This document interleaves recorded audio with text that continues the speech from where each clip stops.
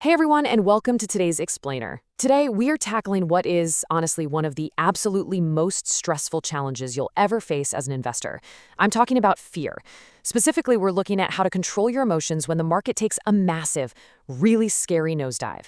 We spend so much time talking about the fun stuff, how to start investing, choosing between ETFs, building up that portfolio for your family's future. But here's the thing.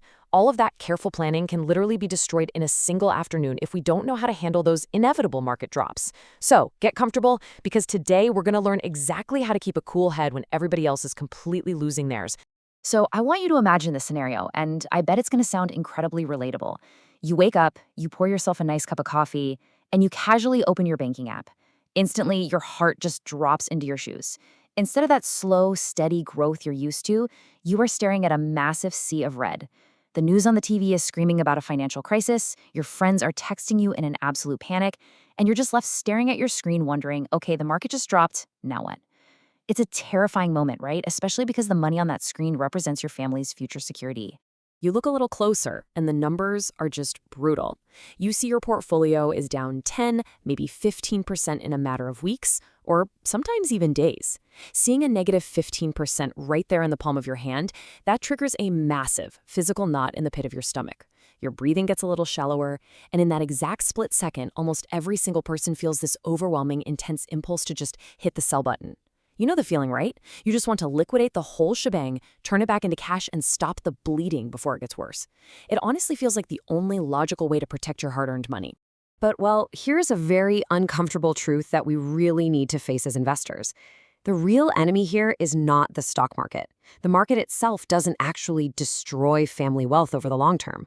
What really destroys wealth is our own panic-driven, emotional reaction to the market. When you sell everything in a moment of pure anxiety, you aren't protecting yourself. You're actually doing the exact opposite. You're letting temporary fear dictate your permanent financial reality. So if we want to succeed, we have to recognize that the true battle isn't happening out there on Wall Street. It's happening right inside our own heads. Okay, let's dive into Section 1, the biology of loss. Let's look at why we actually panic.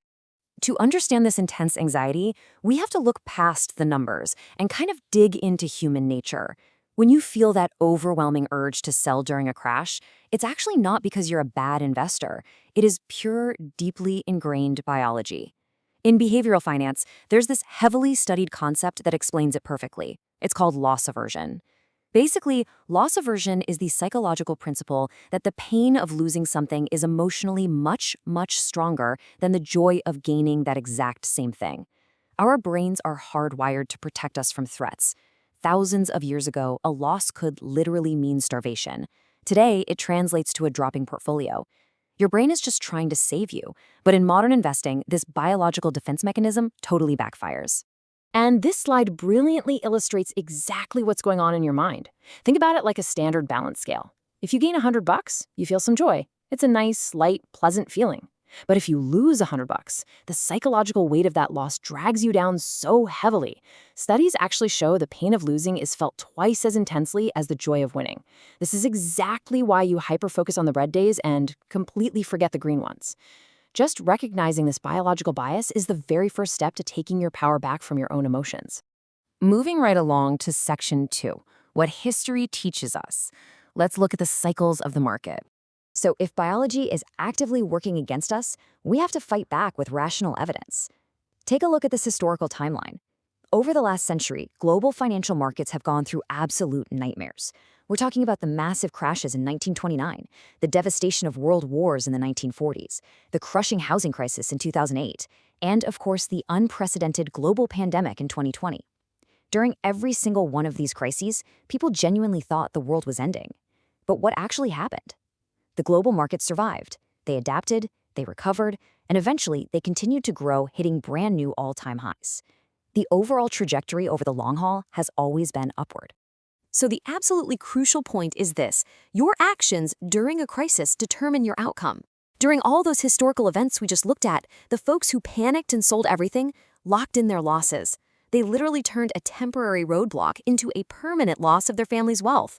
On the flip side, the people who simply kept their cool, stuck to their investment plan, and rode out the storm, they eventually saw their portfolios recover and grow. A market drop is only a permanent loss if you hit the sell button while you're sitting at the bottom. All right, let's get practical. Section 3, the anti-panic plan. 3 rules for the tough days. We can't just rely on willpower when our biology is screaming at us to run away, right? We need a system in place before the storm even hits. So let's see how this builds into our ultimate 3-step anti-panic plan. This system is designed specifically to separate your emotions from your money. Step 1 is about setting boundaries on your attention. Step 2 is about maintaining automated discipline. And step 3, that's an emergency brake for your brain. If you and your family can commit to these 3 rules during a peaceful market, you are going to be entirely bulletproof when things get scary.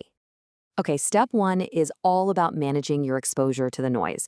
You absolutely must commit to evaluating your portfolio only once a quarter.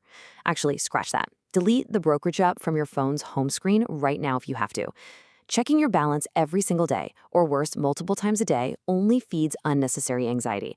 When the market is volatile, staring at the red numbers does absolutely nothing to make them go up. It just spikes your heart rate.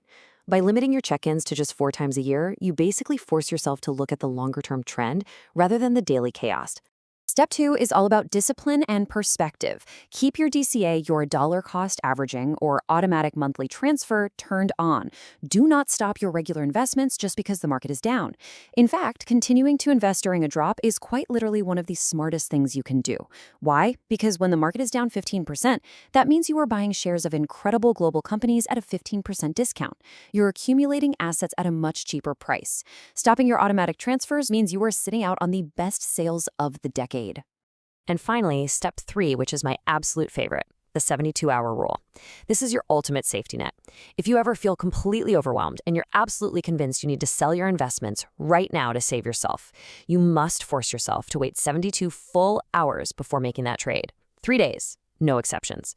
In almost every single case, that massive biological rush of panic is going to subside within those 3 days. You'll get your rational thinking back, and you'll realize that abandoning your long-term family plan over a bad week in the news is, frankly, a terrible idea. Almost done here. Section 4, common mistakes to avoid. Traps for well-meaning investors.